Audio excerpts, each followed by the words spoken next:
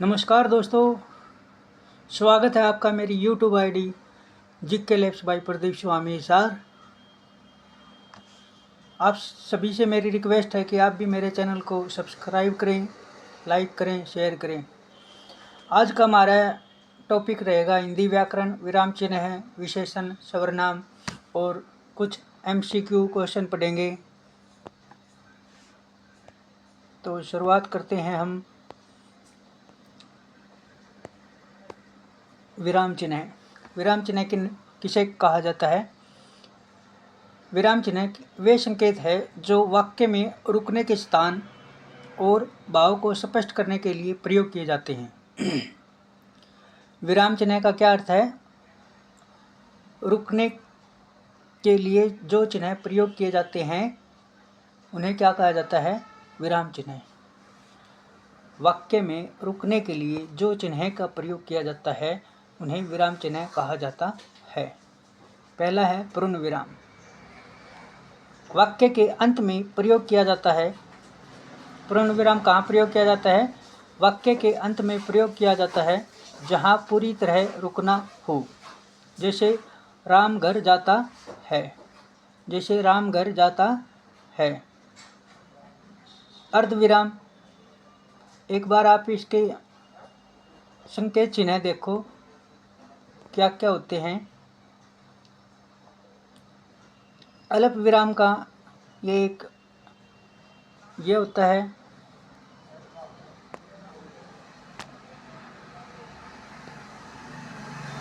अल्प विराम, अर्धविराम, पूर्ण विराम का ये डंडा होता है। प्रश्नवाचक का आपको पता है। विस्मय सूचक बोधक ऐसे करके एक बिंदी होती है इसके नीचे। प्रश्नवाचक का ये चिन्ह है ऐसे करके।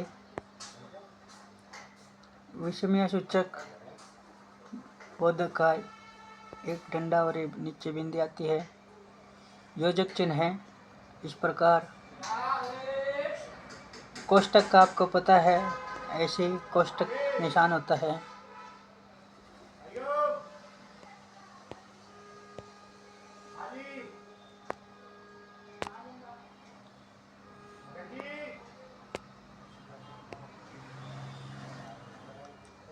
लोप, ये विस्मरण चिन्ह, संक्षेप चिन्ह, निर्देशक चिन्ह,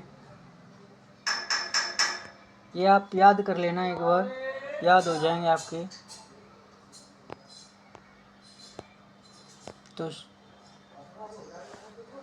हमारा सेकंड है अर्धविराम। पूर्ण विराम से कम और अल्प विराम से अधिक रुकने के लिए प्रयोग किया जाता है। मतलब पूर्ण विराम से तो कम और अल्प विराम से अधिक रुकने के लिए इसका प्रयोग किया जाता है अर्धविराम का। जैसे सूर्योदय हुआ, पक्षी चहचहाने लगे। सूर्योदय हुआ, पक्षी चहचहाने लगे, जिसमें यहाँ पे हुआ है प्रयोग। आगे है अल्प विराम। अर्धविराम से कम रुकने या शब्दों को अलग करने के लिए इसका प्रयोग किया जाता है। जैसे अलग अलग शब्दों का प्रयोग किया जाता है, जैसे राम, सीता, लक्ष्मण, इन शब्दों को थोड़ा अलग करने के लिए अल्प विराम का चिन्ह का प्रयोग किया जाता है।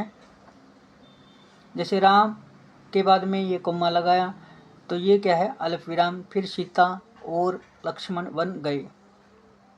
प्रश्नवाचक चिन्ह, प्रश्न पूछने वाले वाक्य के अंत में इसका प्रयोग किया जाता है। जैसे तुम कहाँ जा रहे हो। उद्धरण चिन्ह, उद्धरण चिन्ह में किसी की कही हुई बात को लिखा जाता है। किसी की कही हुई बात को लिखा जाता है। इसे इंग्लिश में इन्वर्टेड कोमा भी कहा जाता है। किसी की कहे हुए कथन को जो का त्यों लिखने के लिए इसका प्रयोग किया जाता है। जैसे नेताजी ने कहा, तुम मुझे खून दो, मैं तुम्हें आज़ादी दूंगा। जैसे नेताजी ने क्या कहा?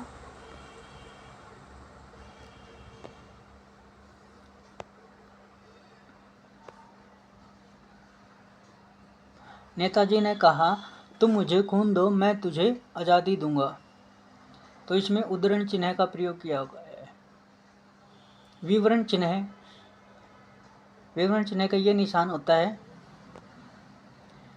इसमें किसी बात का विवरण या उदाहरण देने से पहले इसका प्रयोग किया जाता है। जैसे संज्ञा के 3 भेद हैं, तो इसमें विवरण चिन्ह का प्रयोग किया गया है। उसके बाद में संज्ञा के 3 भेद हैं, है के बाद में जो चिन्ह प्रयोग किया गया है वो विवरण चिन्ह है। कोष्टक चिन्ह, जैसे मैथ में कोष्टक दिए होते हैं 3, उनका प्रयोग किया जाता है किसी शब्द का अर्थ स्पष्ट करने या अतिरिक्त जानकारी देने के लिए इसका प्रयोग किया जाता है। आगे है त्रुटिपूर्ण अस्पद चिन्ह। लिखते समय कुछ छूट जाने पर उसे ऊपर लिखने के लिए जैसे इसका त्रुटिपूर्ण चिन्ह का प्रयोग किया जाता है। जैसे इसका प्रयोग ज़्यादातर इंग्लिश में किया जाता है, हिंदी में भी जो कुछ रह गया, जैसे शब्द हम कोई वाक्य लिख रहे हैं और उसमें कुछ शब्द रह गया तो उसका त्रुटिपूर्ण हर्ष का प्रयोग किया जाता है ये।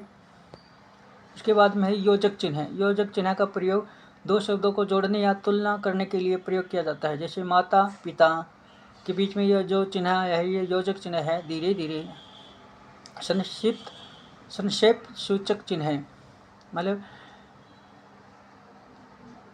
बड़ी बात को छोटा लिखने के लिए। जैसे डॉक्टर लिखते हैं हम, डॉक्टर के पीछे क्या लगा दिया, ये ओ तरह का ये लगा दिया चिन्ह, तो ये क्या हुआ, संक्षिप्त सूचक चिन्ह है।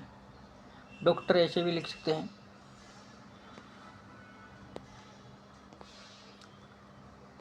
एक बार इसके चिन्ह दोबारा से पढ़ लो। ये देखो, अल्प विराम, अर्ध विराम, पूर्ण विराम, प्रश्नवाचक विषमय चिन्ह है, योजक चिन्ह है, कोष्टक, विवरण, लोप चिन्ह है,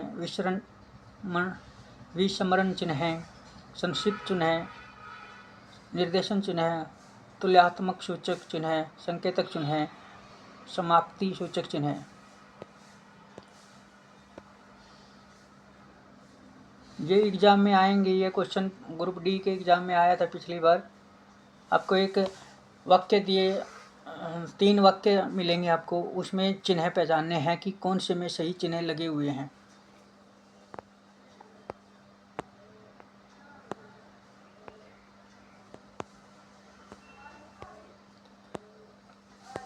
अगला हमारा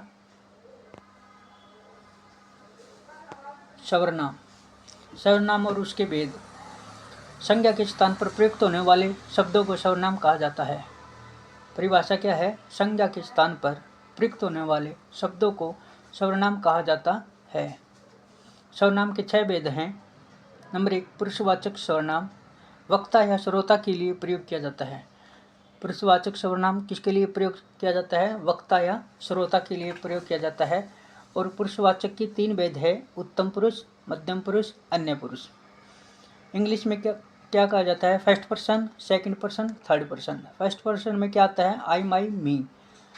जैसे उसको क्या कहा जाता है, उत्तम पुरुष, मैं, मेरा, हम, हमारा। मध्य पुरुष, यू, यूअर, यू, तू, तुम, तुझे, आपको। अन्य पुरुष, यह, वह, ये, उनका, यह, वह, ये, उनका। थर्ड पर्सन में क्या, दे, देयर, देम। तो अन्य पुरुष में यह, वह, ये, वे, उनका। अगला हमारा निश्चयवाचक सर्वनाम। निकट या दूर की निश्चित वस्तु का बोध करवाए उसे निश्चयवाचक सर्वनाम कहा जाता है। निश्चयवाचक सर्वनाम में मतलब हमें निकट या दूर की निश्चित वस्तु का बोध करवाया जाता है। जैसे यह, वह, यह, वह। अनिश्चयवाचक सर्वनाम में जिससे किसी व्यक्ति या वस्तु का बोध न हो, जिसमें किसी व्यक्ति या वस्तु का बोध न हो, जिसमें किसी व्यक्ति या वस्तु का बोध ना हो, जैसे कोई, कुछ। अनिश्चयवाचक सर्वनाम, इसमें हमें पता नहीं होता। जैसे चाय में कुछ गिर गया है, हमें पता नहीं है कि क्या गिरा है। अनिश्चयवाचक का उदाहरण है, यह घर मेरा है। संबंधवाचक सर्वनाम, क्वेश्चन 4 है, जो दूसरे संज्ञा या सर्वनाम से संबंध स्थापित करते हो, जैसे जो, वो, जैसा, वैसा, जिसकी, उसकी।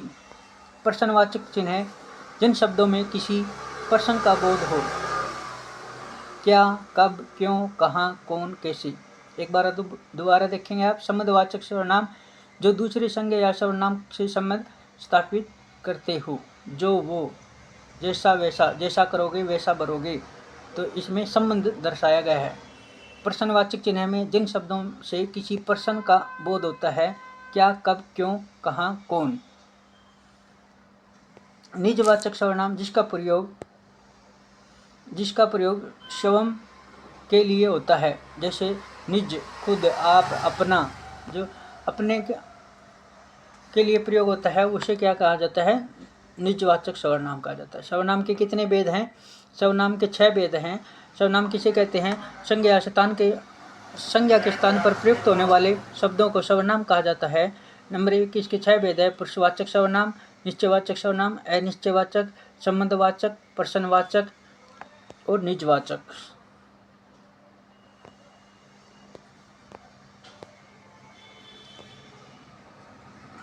ये एक बार ये और देखो, संज्ञा के स्थान पर प्रयुक्त होने वाले शब्दों को सर्वनाम कहा जाता है। इसके 6 भेद हैं। पुरुषवाचक में क्या आएगा? उत्तम पुरुष, मध्यम पुरुष, अन्य पुरुष। उत्तम पुरुष में मैं, मेरा, हम। मध्य पुरुष तू, तुम, तुम, तुझे, आपको। अन्य यह, वह, ये, उनका। निश्चयवाचक में निकट या दूर की निश्चित वस्तु का बोध करवाए, यह, वह। अनिश्चयवाचक में जिसमें किसी व्यक्ति या वस्तु का बोध ना हो, कोई, कुछ। और संबंधवाचक सर्वनाम में जो दूसरे संज्ञा सर्वनाम से संबंध स्थापित हो, जो, वो, जैसा, वैसा, जिसकी, उसकी। प्रश्नवाचक में जिन शब्दों से किसी प्रश्न का बोध हो। और निजवाचक में जिसका प्रयोग स्वयं के लिए होता हो, स्वयं, निज, खुद, आप, अपना। मैं आशा करता हूँ कि आपको मेरे द्वारा समझाए गए प्रश्न समझ में आ रहे होंगे। अब पढ़ेंगे हम विशेषण। विशेषण की परिभाषा है जिस शब्द से संज्ञा या सर्वनाम की विशेषता, संख्या, मात्रा, गुण या अवस्था का बोध हो, उसे विशेषण कहते हैं। मतलब संज्ञा या सर्वनाम की जो शब्द विशेषता बताते हैं उसे क्या कहा जाता है? विशेषण कहा जाता है। एक परिविशेषण होता है। जो परिविशेषण किसे कहा जाता है? जो विशेषण की भी विशेषता बताए उसे क्या कहा जाता है? परिविशेषण। जो विशेषण की भी विशेषता बताए उसे परिविशेषण कहा जाता है। जो संज्ञा या सर्वनाम की विशेषता बताए उसे विशेषण कहा जाता है। दोबारा से देखो, विशेषण की परिभाषा जिस शब्द से संज्ञा या सर्वनाम की विशेषता, संख्या, मात्रा, गुण, अवस्था का बोध हो उसे विशेषण कहा जाता है। जो शब्द संज्ञा या सर्वनाम की विशेषता बताए उसे क्या कहा जाता है? विशेषण। जो शब्द संज्ञा या सर्वनाम की विशेषता बताए उसे विशेषण कहा जाता है। एक होता है परिविशेषण। परिविशेषण जो विशेषण की भी विशेषता बताए उसे क्या कहा जाता है? परिविशेषण। जैसे यह घोड़ा विशेषण का उदाहरण है। यह घोड़ा क्या है? लाल है। और परिविशेषण है जो लाल घोड़ा है वो सबसे तेज दौड़ता है। जो लाल घोड़ा है वो सबसे तेज दौड़ता है। ये किसका उदाहरण है? परिविशेषण का। अच्छा लड़का, 5 किताबें, थोड़ा पानी, सुंदर फूल। विशेषण के भेद हैं। गुणवाचक विशेषण नंबर 1 है गुणवाचक विशेषण। कितने भेद हैं इसके? 6 भेद हैं। विशेषण के कितने भेद हैं? 6। गुणवाचक में जो शब्द गुण, रूप, रंग, आकार, स्वभाव आदि बताए उसे गुणवाचक विशेषण कहते हैं। जैसे सुंदर लड़की, मीठा फल, ईमानदार व्यक्ति, ये इसकी विशेषता बताते हैं, गुणवाचक में आएंगे। और दूसरा है संख्यावाचक विशेषण। जो शब्द संख्या या क्रम का बोध करवाए उसे संख्यावाचक विशेषण कहते हैं। संख्यावाचक में होता है एक निश्चित होता है, एक अनिश्चित। 1, 2, 5 ये क्या है? निश्चित है। कोई, कुछ, बहुत ये अनिश्चित है। और क्रमवाचक जैसे पहला, दूसरा, तीसरा ये क्या है? क्रमवाचक विशेषण। तीसरा है हमारा परिणामवाचक विशेषण, जो शब्द मात्रा या परिणाम बताए, जो शब्द हमें क्या है मात्रा या परिणाम बता दे, उसे क्या कहते हैं, परिणामवाचक विशेषण कहते हैं। जैसे थोड़ा दूध, अब हमें पता है कितना दूध है, थोड़ा। अधिक पानी, इसमें क्या है, पानी ज़्यादा है तो ये भी क्या है, परिणामवाचक विशेषण है। कम नमक, ये भी परिणामवाचक का है। तो जो शब्द मात्रा या परिणाम बताएं, गिनती नहीं होती है उनकी, उसे क्या कहा जाता है,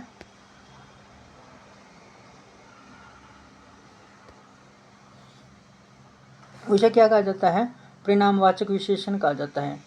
संबंधवाचक विशेषण, जो शब्द संबंध या अधिकार बताएं, जैसे मेरा घर, उसकी पुस्तक, राम का मित्र, ये क्या है, संबंध बताते हैं। संकेतवाचक विशेषण, जो शब्द किसी वस्तु की ओर संकेत करे, जैसे यह किताब, वह लड़का, ऐसा काम। प्रश्नवाचक विशेषण, जो शब्द प्रश्न पूछने के लिए आए और संज्ञा के साथ हो। प्रश्न, जैसे कौन सा फल, कितने छात्र, कैसी किताबें, ये प्रश्न, जिसमें प्रश्न पूछा गया हो वो प्रश्नवाचक होता है। संकेत, जो संकेत करे, जैसे यह किताब, वह लड़का, ये क्या है, संकेतवाचक विशेषण है। संख्यावाचक विशेषण, जिसमें संख्या दर्शाई गई हो या अनिश्चित हो, क्रमवाचक हो, संख्या हो, पहला, दूसरा, तीसरा, ये संख्यावाचक विशेषण के उदाहरण है। संबंधवाचक विशेषण, जो शब्द संबंध या अधिकार बताएं। परिणामवाचक विशेषण, जो शब्द मात्रा या परिणाम बताएं, जैसे। और गुणवाचक में, जिसमें गुण, रूप, आकार, स्वभाव आदि बताए, ये गुणवाचक विशेषण होते हैं। विशेषण किसे कहा जाता है, जो शब्द संज्ञा या सर्वनाम की विशेषता बताए, उसे विशेषण कहा जाता है। और परिविशेषण, जो विशेषण की भी विशेषता बताए, उसे परिविशेषण कहा जाता है। विशेषण के 6 भेद हैं, गुणवाचक, संख्यावाचक, परिणामवाचक, संकेतवाचक, संबंधवाचक और प्रश्नवाचक विशेषण। गुणवाचक में किसी के गुण, रूप, आकार आदि के बारे में बताया जाता है। संख्यावाचक में संख्या बताई जाती है, संख्या का ज्ञान होता है। अनिश्चित संख्या का ज्ञान होता है, क्रमवाचक संख्या का ज्ञान होता है। और परिणामवाचक में हमें परिणाम का मात्रा या परिणाम का ज्ञान होता है, जैसे थोड़ा दूध, अधिक पानी। संकेतवाचक विशेषण में किसी की ओर संकेत किया जाता है, यह किताब है, वह लड़का है, ऐसा काम, ये क्या है, संकेतवाचक के। संबंधवाचक में, वाचक विशेषण में जो शब्द संज्ञा अधिकार बताए, मतलब जैसे मेरा घर, राम का मित्र, संबंध दर्शाता है। और प्रश्नवाचक में जो शब्द प्रश्न पूछने के लिए आए, उसका संज्ञा के साथ संबंध हो, तो कौन सा फल है, जैसे कितने छात्र हैं, ये क्या है, प्रश्न पूछे गए हैं इसमें। देखो गुणवाचक विशेषण के कुछ उदाहरण करते हैं हम। गुलाब लाल है, ये क्या है, रंगबोधक है। वह रस्सी लंबी है, आकारबोधक है। नींबू खट्टा है, स्वादबोधक है। ये क्या है, गुणवाचक विशेषण के उदाहरण हैं। गुण बताए गए हैं इसमें, जैसे मदन गोरा है, आम खट्टा है, चीता सुंदर है, फल मीठा है, इसमें गुण दर्शाए गए हैं।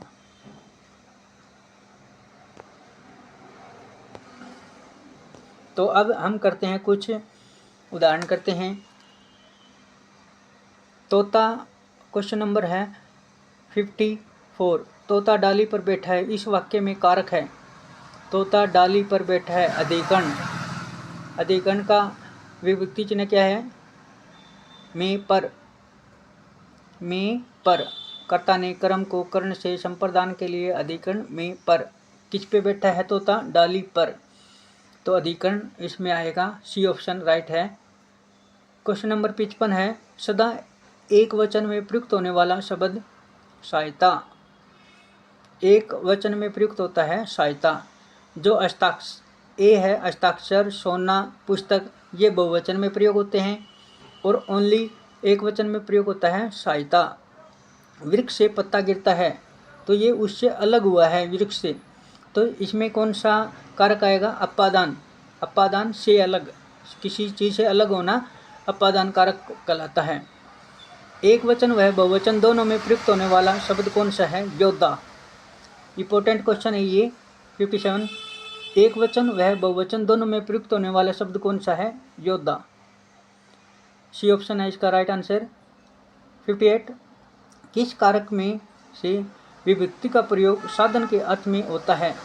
सी आंसर है इसका करण। 59। कारक के भेद होते हैं 8। मैं का बहुवचन है हम। Question number 61। बाबा ने चंद्रभूषण को डंडा मारा। बाबा ने चंद्रभूषण को डंडा मारा। इस वाक्य में कारक कौन सा है? कर्ता। डंडा कौन मारता है? चंद्रभूषण। कर्ता कारक है इसमें बाबा ने। किसने डंडा मारा था? बाबा ने, कर्ता कारक। मुरली गांव से चला गया।